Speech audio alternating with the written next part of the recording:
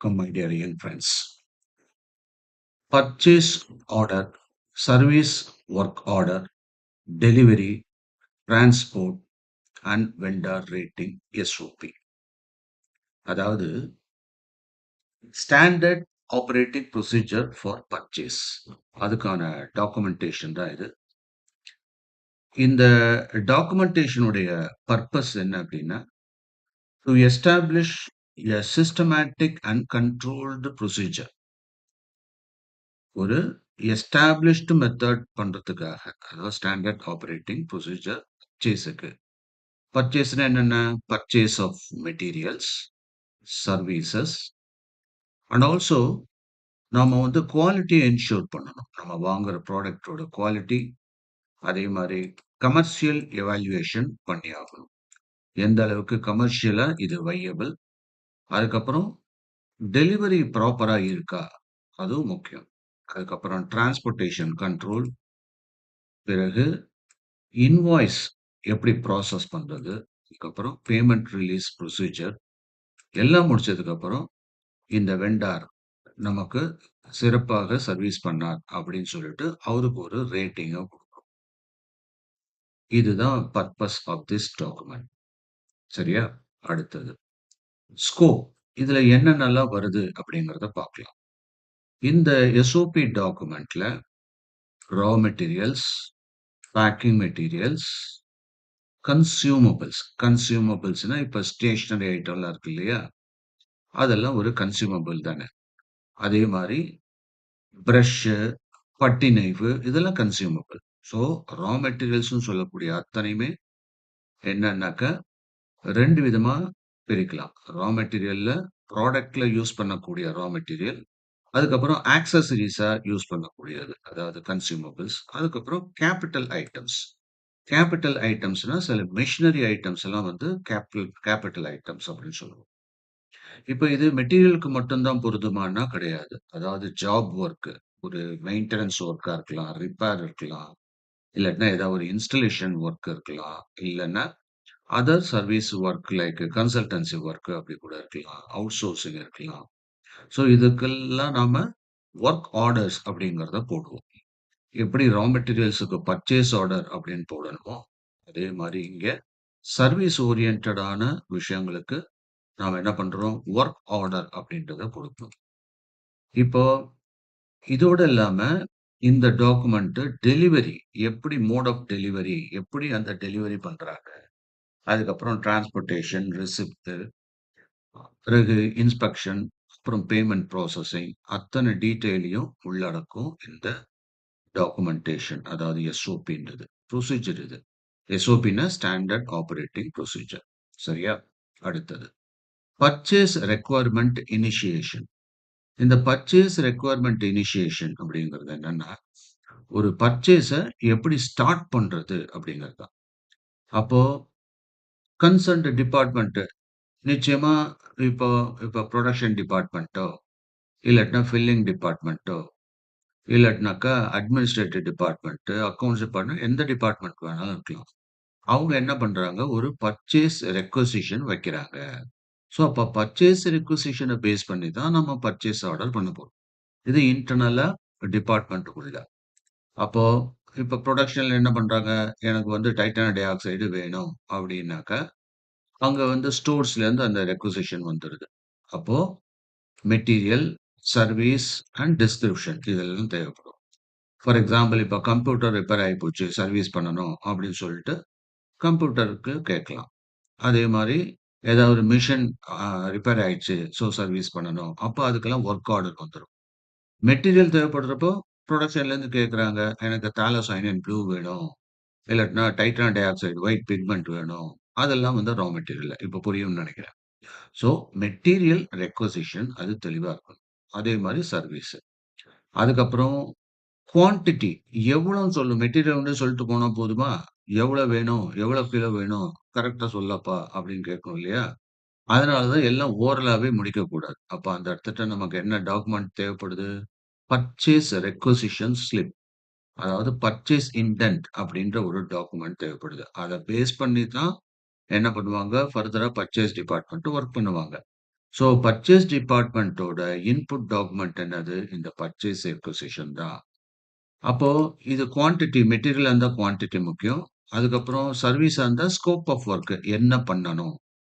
For example இப்போ printer work ஆகல. இல்லாட்டா பிரிண்டர் ரீஃபில் பண்ணணும் அப்டின்னா, அந்த ஸ்கோப் ஆஃப் வொர்க் அத வந்து டிஃபைன் பண்ணணும். அதுக்கப்புறம் டெக்னிக்கல் ஸ்பெசிஃபிகேஷன். இதுக்கு ஏதாவது டெக்னிக்கல் ஸ்பெசிஃபிகேஷன் இருக்கா? அப்படிங்கிறதையும் குடுக்கணும். அததான் டெக்னிக்கல் டேட்டா ஷீட் அப்படின்னு சொல்லுவோம். அப்ப பர்ச்சேஸ்காரங்க என்ன பண்ணுவாங்க? இந்த டெக்னிக்கல் ஸ்பெக்கோட சேர்த்து அனுப்புவாங்க. அடுத்தது ரெக்வயர்ட் டெலிவரி டேட். என்னைக்கு வேணுங்கிறதையும் முன்னாடியே சொல்லி ஆகணும். இல்லையா? எண்ட் ஹவர்ல வந்து சொல்லக்கூடாது. அதுக்கப்புறம் எந்த இடத்துல டெலிவரி பண்ணணும். சரியா? அதுக்கப்புறம் டிரான்ஸ்போர்ட் ரெக்வயர்மென்ட் இஃப் எனி. ஏதாவது ஸ்பெஷலா டிரான்ஸ்போர்ட் ரெக்வயர்மென்ட் இருந்தது. இப்ப கிளாஸ்வேர் இருந்ததுன்னா, உடையாம ஜாக்கிரதையா எடுத்துட்டு வரணும். லேபரட்டரி பீப்பிள் சில இது டிஸ்டிலேஷன் யூனிட் எனக்கு வேணும். ஆனா, அது உடைஞ்சிராம பார்த்துக்கங்க. ஸோ, அதுக்கான ஸ்பெஷல் ரெக்வயர்மென்ட் இருந்தாக்கா, அவங்க பேக்கிங் டீட்டெயில்லேருந்து எல்லாமே சொல்லி ஆகணும். அடுத்தது வெண்டார் ஐடென்டிஃபிகேஷன் அண்ட் என்குயரி. இப்போ பர்ச்சேஸ் இன்டென்ட் வந்தாச்சு. அதுக்கப்புறம் பர்ச்சேஸ் டிபார்ட்மெண்ட் என்ன பண்ணுவாங்க? அவங்க அப்ரூவ்ட் வெண்டார் லிஸ்ட்லேருந்து முதல்ல எடுப்பாங்க. அப்படி இல்ல அப்படின்னா, நியூ வெண்டாருக்கு போவாங்க. அதுக்கப்புறம் கொட்டேஷன் கேட்பாங்க. நியூ மெட்டீரியல் இருந்தா கொட்டேஷன் கேட்பாங்க.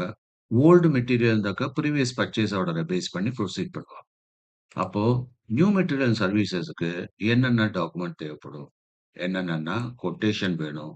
சாம்பிள் ஃபார் அப்ரூவல் எப்பப்பலாம் அப்ளிகபிளா இருக்கோ அது. டெஸ்ட் சர்டிஃபிகேட் வேணும். அததான் நம்ம சிஓஏன்னு சொல்லுவோம். Certificate of analysis. அதுக்கப்புறம் அவங்கள்ட்ட டெக்னிக்கல் டேட்டா ஷீட் வேணும். அப்புறம் அந்த மெட்டீரியல் இங்க வந்ததுன்னா எப்படி ஸ்டோர் பண்ணணும்னு தெரியணும் இல்லையா? அதுக்கான சேஃப்டி ப்ரொசீஜர் என்ன? அதுக்கான டாக்குமெண்ட் வந்து மெட்டீரியல் சேஃப்டி டேட்டா ஷீட் வேணும். அதுக்கப்புறம் டெலிவரி டெர்ம்ஸ் என்ன? அதுக்கப்புறம் transport mode and freight terms இத்தனையும் நாம இந்த வெண்டார் ஐடென்டிஃபை பண்ணி என்குயரி பண்றப்பயே கேட்கணும். இப்ப QC அப்ரூவல்க்கு வருவோம். QC approval of the material அப்படின்னா சர்வீஸ்லயும் சரி, மெட்டீரியலும் சரி. ஃபைனல் பர்ச்சேஸ் அப்ரூவலுக்கு முன்னாடி சில விஷயங்கள் நம்ம கடைபிடிக்கணும். அதாவது இந்த QC ஆளுங்க, அதாவது குவாலிட்டி கண்ட்ரோல் என்ன பண்ணணும்னா, QC பாலிசி அவங்களுக்கு தனியா குடுத்துருக்கோம். ஒவ்வொரு மெட்டீரியலுக்கும் SOP testing procedure and validation இருக்கு. அது பிரகாரம் அவங்க என்ன பண்ணுவாங்க, சாம்பிள டெஸ்ட் பண்ணுவாங்க. அதுக்கப்புறம் அந்த டாக்குமெண்ட்ட வெரிஃபை பண்ணுவாங்க. அப்புறம் பெர்ஃபார்மன்ஸ எவாலுவேட் பண்ணுவாங்க. அத பேஸ் பண்ணி அப்ரூவலோ, ரிஜெக்ஷனோ இல்லாட்டினா கண்டிஷன் அப்ரூவலோ, கண்டிஷனல் அப்ரூவல்ன்னு இருக்கு. அந்த மாரி குடுப்பாங்க. அதுக்கு அடுத்தது 6வது பாயிண்ட்டா commercial and payment terms evaluation அப்படின்னு பேரு. இங்க என்ன பண்றோம்னா, purchase department shall evaluate price comparison. பிரைஸ கம்பேர் பண்ணணும். அதுக்கப்புறம் ஜிஎஸ்டி அண்ட் டாக்ஸஸ் எல்லாம் கரெக்ட்டா இருக்கான்றத பார்க்கணும். தென் ஃப்ரைட் அதாவது எப்படி இத டெலிவர் பண்ண போறாங்க? டெலிவரி சார்ஜஸ் என்ன? டிரான்ஸ்போர்டேஷன் ரிஸ்க் என்ன? டிரான்ஸ்போர்டேஷனுக்கு இன்சூரன்ஸ் இருக்கா? அதுக்கப்புறம் பேமெண்ட் டெர்ம்ஸ் அது அட்வான்ஸா பே பண்ணணுமா? இல்லாட்டினா 30 டேஸா? 45 டேஸா? 60 டேஸா? இதெல்லாம் தெளிவா நாம அவங்கள்ட்டேருந்து வாங்கிடணும். அதுக்கப்புறம் அப்ரூவல் ஆஃப் கொட்டேஷன் அப்படிங்கிறப்போ, quotation shall be approved based on QC approval, technical suitability இது நமக்கு செட் ஆகுமா? அதுக்கப்புறம் கமர்ஷியல் வயபிலிட்டின்னா நம்ம அந்த ரேட்டுக்குள்ள கட்டுப்படி ஆகுமா? அதுக்கப்புறம் டெலிவரி கேப்பபிலிட்டி. ஸோ டெலிவரி அவங்களால எந்த அளவுக்கு பண்ண முடியும் கரெக்ட்டா? Vendor reliability. இது வந்து ஜென்யூனான வெண்டாரா? சாம்பிள ஒரு மாரி நல்ல விதமா குடுத்துட்டு, பல்க் வந்து போலித்தனம் பண்றாங்களா? இதெல்லாம் நம்ம அததான் வெண்டார் ரிலையபிலிட்டின்னு சொல்றோம். இதெல்லாம் பார்த்து தான் நம்ம டிசைட் பண்ணணும் கொட்டேஷன. அதுக்கப்புறம் purchase order or work order. அதாவது மெட்டீரியல பொறுத்தவரையிலும் பர்ச்சேஸ் ஆர்டர். சர்வீஸ பொறுத்தவரையிலும் வொர்க் ஆர்டர். எப்போதுமே இந்த 2ம் இல்லாம எந்த ஒரு பேமெண்ட்டும் டிஸ்பர்ஸ் பண்ணக்கூடாது. அதாவது நோ டாக்குமெண்ட், நோ பர்ச்சேஸ் ஆர்டர்னாக்க நோ பேமெண்ட். நோ வொர்க் ஆர்டர்னா நோ பேமெண்ட். இதுல நான் ரொம்ப ஸ்ட்ரிக்ட்டா இருப்பேன். ஸோ அதனால இந்த பர்ச்சேஸும் சரி, அக்கவுண்ட்ஸும் சரி இதுல ஜாயிண்ட் எஃபோர்ட் போட்டு கரெக்ட்டா பண்ணணும்.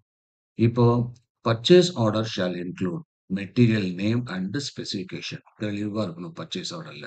குவான்டிட்டி தெளிவா இருக்கணும். அதுக்கப்புறம் ரேட் அண்ட் டோட்டல் வேல்யூ. அதுக்கப்புறம் டெலிவரி ஷெட்யூல் எத்தனாம் தேதி வேணும் அப்படிங்கிறத தெளிவா குறிப்பிட்டிருக்கணும். அதுக்கப்புறம் பேமெண்ட் டெர்ம்ஸ் என்ன அப்படிங்கிறதையும் மென்ஷன் பண்ணியிருக்கணும். டிரான்ஸ்போர்ட் டெர்ம்ஸ் என்னென்ன? அதாவது ஃப்ரைட்டு பெய்டா? இல்லாட்டினா நாம பே பண்ணணுமா? இல்லாட்டினா டோர் டெலிவரி பண்றப்போ பே பண்ணணுமா? அதுக்கப்புறம் delivery location and contact person, driver detail எல்லாமே வாங்கணும். அதுக்கான இ-வே பில் இருந்ததுன்னா, அதெல்லாம் கிளியர் பண்ணிக்கணும்.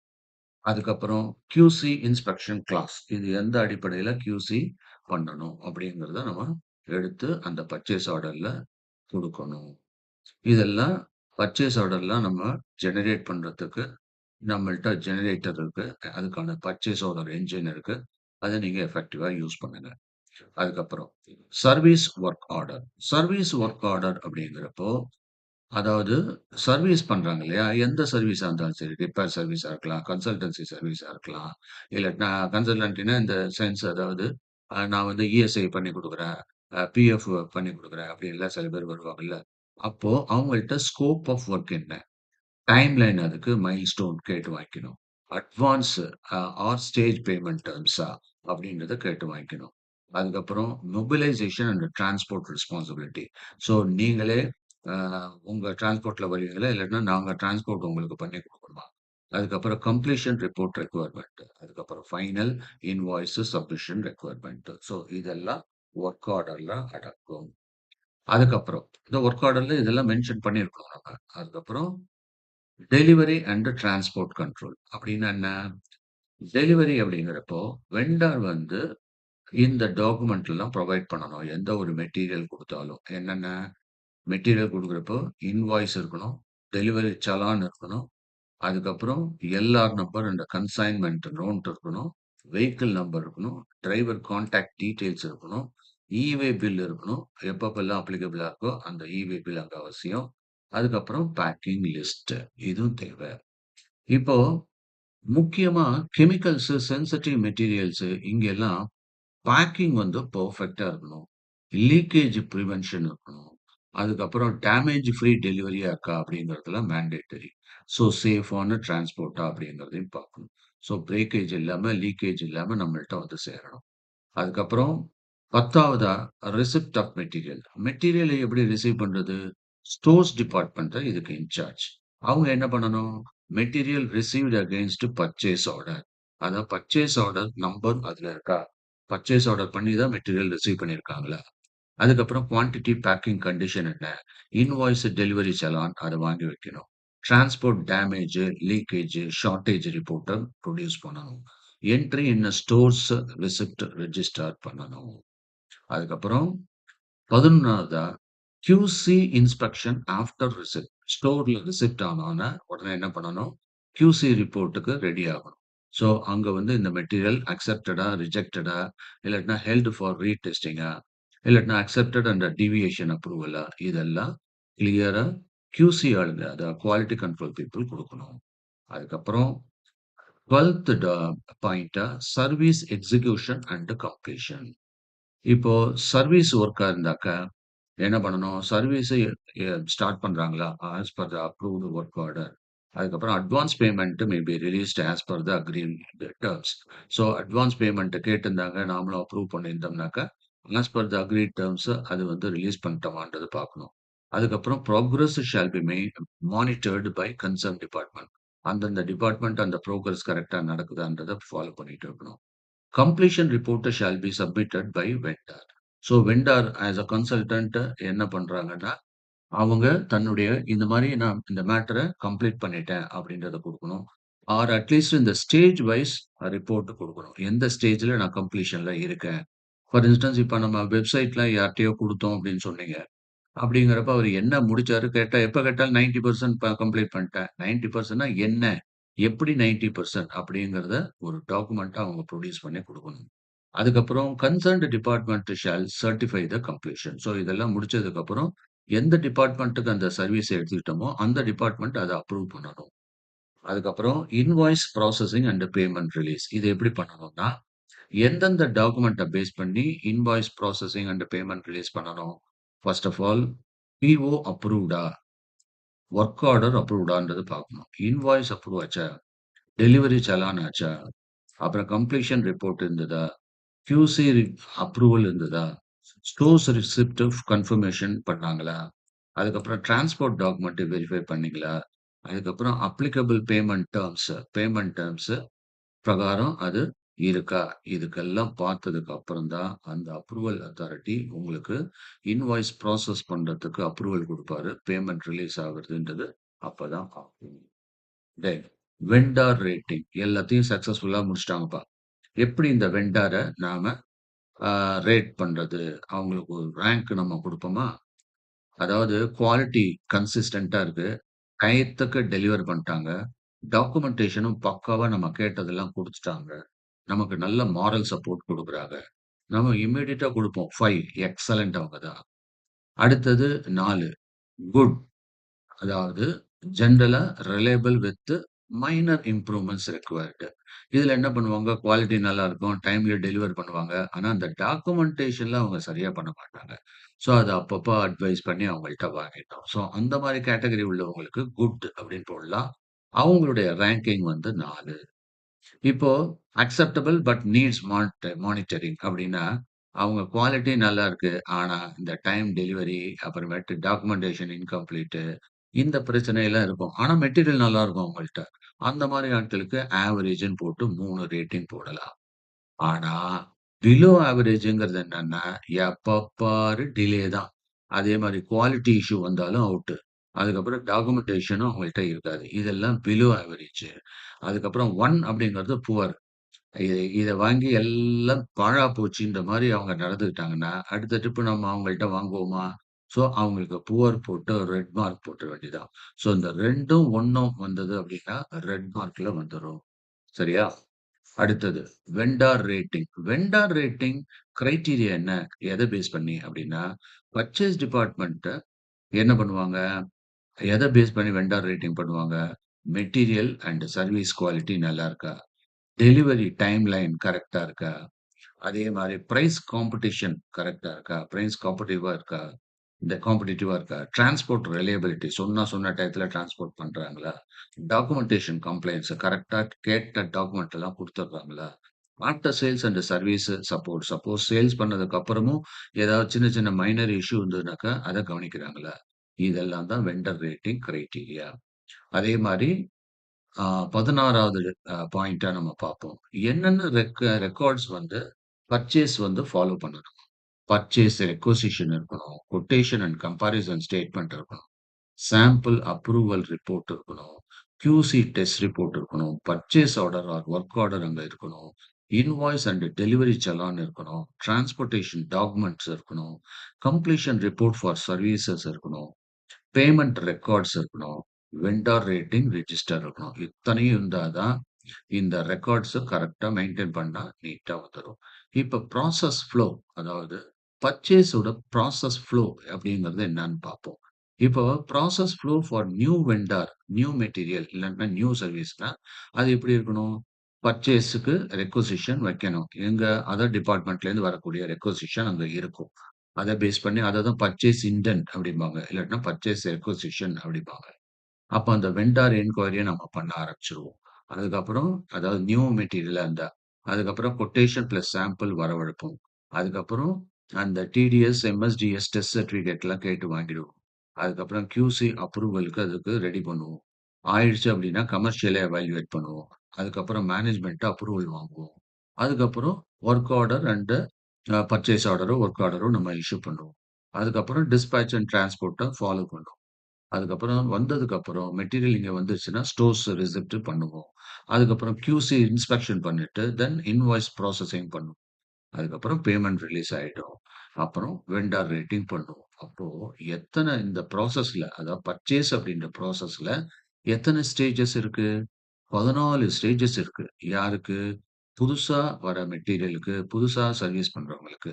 இதே இது ஏற்கனவே எக்ஸிஸ்டிங் அப்டின்னா 12 ஸ்டேஜஸ் தான். என்ன அப்டின்னா, எக்ஸிஸ்டிங் ஆர் அப்ரூவ்ட் வெண்டார்ஸுக்கு. என்னன்னா, அவங்க ரெகுலர் மெட்டீரியல் குடுத்துட்டு இருக்காங்க இல்லையா? ஸோ அவங்களுக்கு போய் நம்ம கொட்டேஷன்லாம் தேவையில்ல. ஏன்னா ப்ரீவியஸாவே ஏற்கனவே அப்ரூவ்டு லிஸ்ட் இருக்கும். அப்ப பர்ச்சேஸ் ரிக்விசிஷன் என்னன்றத பார்த்துட்டு, அப்ரூவ்ட் வெண்டார் லிஸ்ட்ல இருக்காங்களான்னு பார்த்துட்டு, தென் ப்ரீவியஸ் அப்ரூவ்டு ஸ்பெசிஃபிகேஷன் ரேட்ட பார்த்து, அதுக்கப்புறம் என்ன பண்றோம், இந்த கொட்டேஷன் ஏதாவது கொட்டேஷன் மறுபடியும் அப்டேட் பண்ணணும்னா அதையும் கேட்டு வாங்கிட்டு, பேமெண்ட் டெர்ம்ஸையும் ரிவ்யூ பண்ணிட்டு, தென் பர்ச்சேஸ் ஆர்டர் நம்ம ரிலீஸ் பண்றோம். இல்லாட்டினா வொர்க் ஆர்டர் ரிலீஸ் பண்றோம். அதுக்கப்புறம் டிஸ்பேட்ச் அண்ட் டிரான்ஸ்போர்ட்.